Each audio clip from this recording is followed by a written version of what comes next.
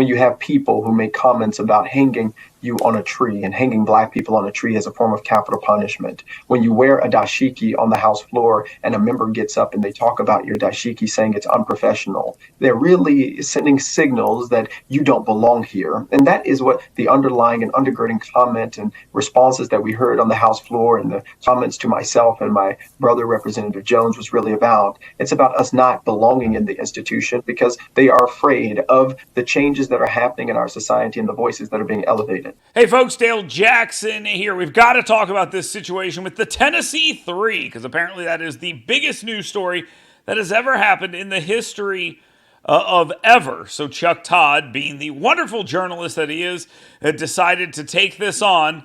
And believe it or not, Chuck Todd took the position that Republicans are bad. The political divide of the judiciary, which looks very undemocratic these days, is also getting worse on the state level. On Thursday night, in a scene that had echoes of the ugly politics of the 60s, Southern lawmakers in Tennessee did something unprecedented. They expelled 2 Black Democratic legislators for taking a gun violence protest over the recent Nashville school shooting to the House floor itself. It was a violation of House rules. But a third legislator, Gloria Johnson, who is white, survived the expulsion vote. Let's be honest, 30 years of aggressive gerrymandering have likely brought us to this moment. In Tennessee, Trump won over 60% of the vote, but Republicans make up more than 75% of the state house. Half of those Republicans didn't face any opposition in 2022, not even from their own party. The Tennessee legislature has also changed the rules on the House floor that essentially stifles and limits dissent. Until this week, only 2 lawmakers in Tennessee had been expelled from the House of Representatives since the 19th century. One for allegations of sexual misconduct, and a second was because somebody was convicted of soliciting a bribe. I'm joined now by the 2 lawmakers who were ousted by the Tennessee House this week, Justin Jones and Justin Pearson. Gentlemen, welcome to Meet the Press. I'm sure this was not the way you thought you'd be appearing on this program or other national programs. None of us should be surprised that this is the angle that Chuck Todd is taking. You will never see stories about the Vermont legislature or the Rhode Island legislature being too Democrat. It's only about the legislatures being too Republican, because when Democrats seize power, utilize power, or utilize brute force power, that's good, because it'll stop those damn Republicans from doing all the stuff that they want to do. When Republicans do it, of course, it is bad. Same thing for, let's say, Supreme Court rulings. When the Supreme Court rules that abortion is a constitutional right, well, that's great. That's the ruling of the Supreme Court, and that is the law of the land. But when the Republican Supreme Court does it, we have conversations about whether anyone should actually listen to the Supreme Court. And we have conversations about whether or not the Supreme Court is legitimate anymore. And then you have judges make rulings on travel bans from Hawaii. And Donald Trump says a judge from Hawaii is going to make a decision for the entire country.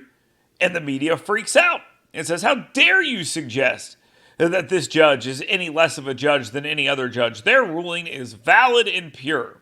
And then a judge from Texas makes a ruling about an abortion drug, and they bring people on to discuss whether or not people should ignore it or not. They're hypocrites. They're absolute hypocrites. And to show what sad, pathetic people they actually are, they bring on 2 of the Tennessee Three, and they ask them questions about feeling welcome. They could have said, why did you break the rules? Why did you go onto the floor of the House with the megaphone? Why didn't you follow regular order like you were supposed to? Why did one of your colleagues who was supposed to be kicked out with you but wasn't, why did she say you guys went too far and then claim it was racism? Why? And then on and on and on. They could have asked a bunch of different questions, but instead, how did they make you feel? And listen to this answer. Representative Pearson, do you feel like you've been just elected to the State House? Did you ever feel welcome, or did you feel unwelcome when you got there? Yeah, it has always been a toxic work environment to work in the Tennessee State Capitol.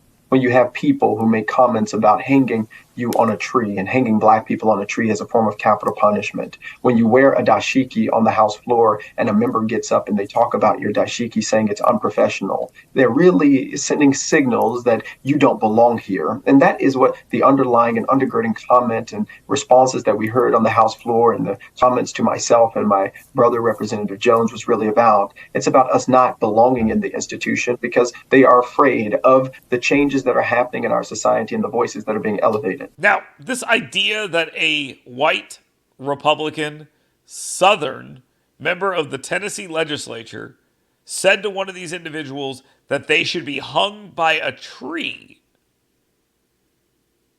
requires some backup. Like, here's a question you might want to ask to get that backup.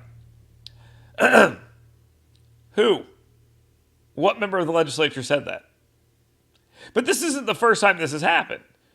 These allegations of racism is pretty much all these individuals have because they know that what they did warranted their expulsion.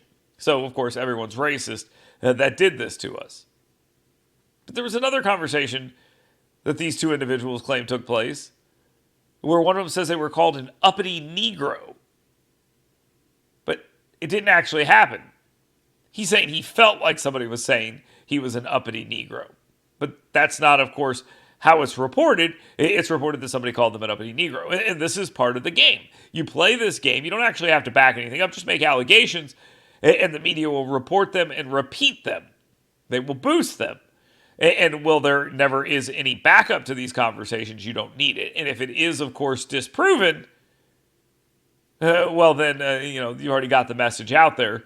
So that's the reason you ask these questions. Chuck Todd is a loser. These guys are winners. There's no question about it. They're winners. They're winning this big time. Okay? Big time.